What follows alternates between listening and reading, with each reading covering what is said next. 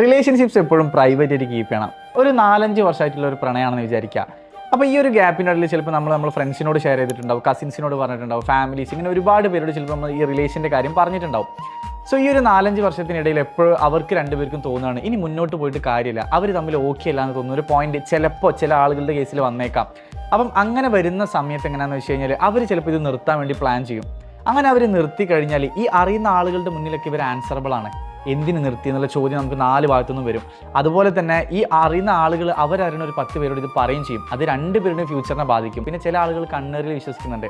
അതായത് ഞാൻ നല്ലൊരു റിലേഷൻഷിപ്പിലാണെന്ന് പറഞ്ഞു കഴിഞ്ഞാൽ ഓനൊരു നല്ല റിലേഷനിലാണല്ലോ, അത് പറഞ്ഞിട്ട് വരെ ആ ഒരു വാക്കുകൊണ്ട് ചിലപ്പോൾ ആ റിലേഷൻ മോശമായി പോകുന്ന അവസ്ഥകളുണ്ട്. പിന്നെ ഇതിനിപ്പോൾ ചിലപ്പോൾ കുറേ ആളുകൾ നെഗറ്റീവ് പറയും. അതായത് റിലേഷൻഷിപ്സ് പ്രൈവറ്റ് ആയിട്ട് കീപ്പ് ചെയ്ത് കഴിഞ്ഞാൽ ആ ആളുകൾക്ക് വീണ്ടും പുതിയ റിലേഷൻഷിപ്സ് സ്റ്റാർട്ട് ചെയ്യാനുള്ള ഒരു ചാൻസ് അല്ലേന്ന്. ഒരു ജെന്യൂൻ റിലേഷൻഷിപ്പിൽ നിൽക്കുന്ന ഒരാൾ ഒരിക്കലും രണ്ടാമതൊരു റിലേഷനെ കുറിച്ച് ആലോചിക്കില്ല. അതിൽ വിശ്വസിക്കുന്ന ആളുകൾ എപ്പോഴും റിലേഷൻഷിപ്സ് പ്രൈവറ്റ് ആയിട്ട് കീപ്പ് ചെയ്യും.